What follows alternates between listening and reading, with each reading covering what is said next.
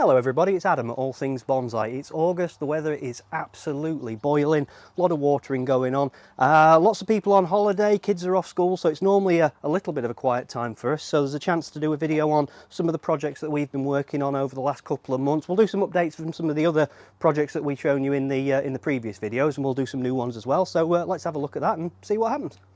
This is a Cryptomeria that we showed you on a video back in April. So it was a fairly neglected piece of material from an individual that I bought some trees from. It was in a really huge pot. So just to be clear, then we reduced the pot size down, and that was again in April. So we've got some regeneration growth that's coming on here. It really was quite poorly at the time. So we've been sort of babying this, I suppose you could say.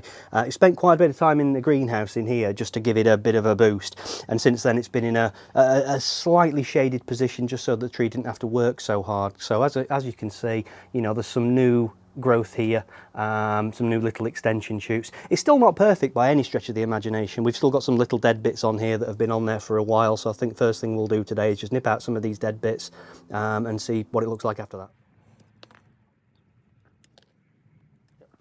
So there we go, that's the dead bits taken out. I think this is one of those good examples of when it's useful to be patient, really. So we put these little guy wires on back in April, and there's a tendency now to think, right, okay, let's get it fully styled, let's wire all these little branches, let's do everything. But actually, I think we're going to leave it for the full 12 months to recover before we do anything else to it, because it was really poorly at the time. This is a beech tree that we got back in June. So when it arrived, it was far taller than this. It was about 4 feet. So the first thing that we did was got a little mini chainsaw and just sawed that off at that stage, just there. Now where I cut it, there was already one low branch, so this was the lowest branch on the whole thing.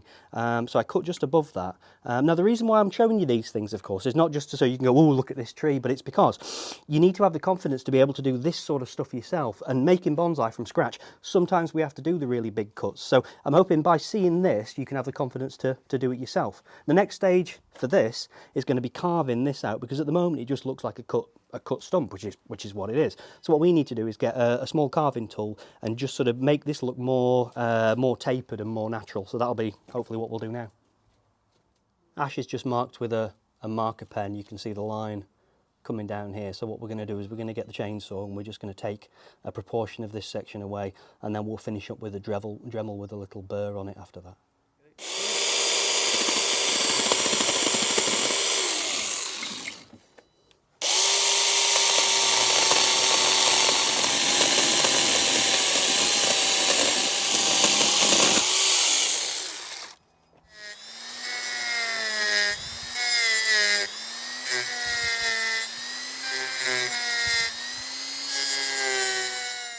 I think that'll do for today. What's likely to happen anyway is that it's likely to die back a little bit further, so it might potentially die back to about this point here. So there's probably no point in sort of doing extensive carving, because it might just die back anyway and we have to do some more. Here's a juniper that I wanted to show you. So you've got the classic sort of bonsai shape, the triangle with the dome crown on the top, and you've got some nice carving work that's been done down here, a nice gin just on the end here.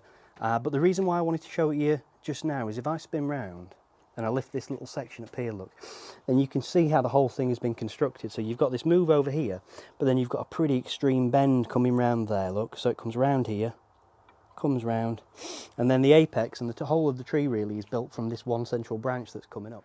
I got these old things from a garden centre, basically. They were sort of ramshackle plants that were hanging around in the corner.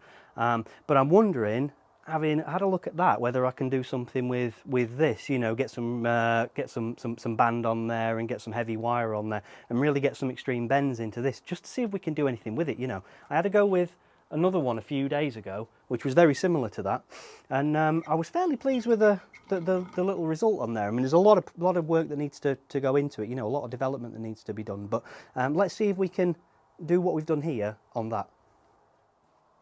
Here's the tree just up against a very grubby looking white backdrop, just so you can see what we're going to be working with, which arguably isn't a lot to start with, let's face it. Right.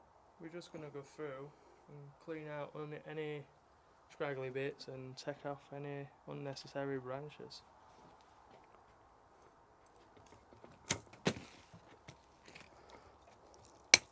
Always looks a bit dramatic, doesn't it? It does, it really does.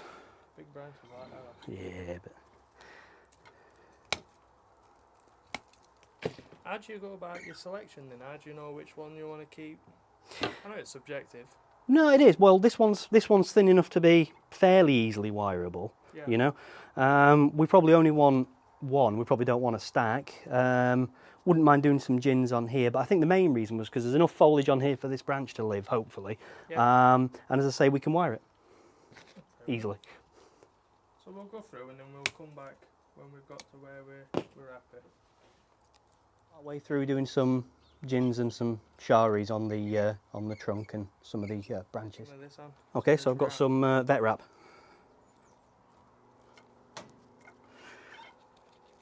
Easily available, cost very little. So we're just wrapping the wire around. Got some nice thick wire. Steady.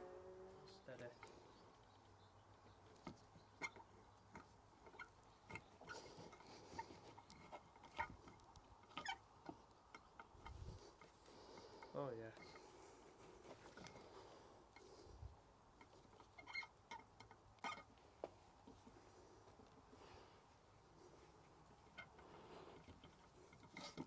Could you then attach a wire to that? You could do if you had a pull it mind in to, closer if you yeah. wanted You could do if you had a mind to. If you wanted it closer, that is Yeah. obviously.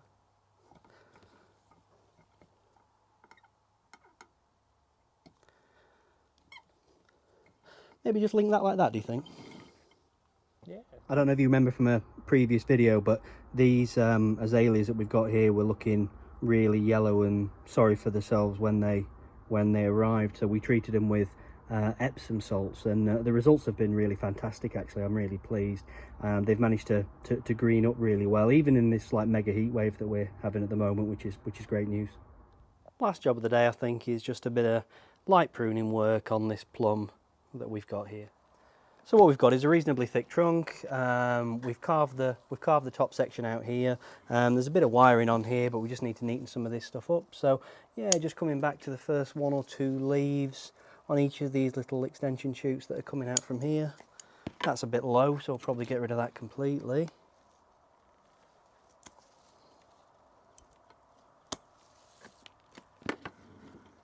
Same with this here. Yeah, get rid of that if you want to. Yeah, absolutely.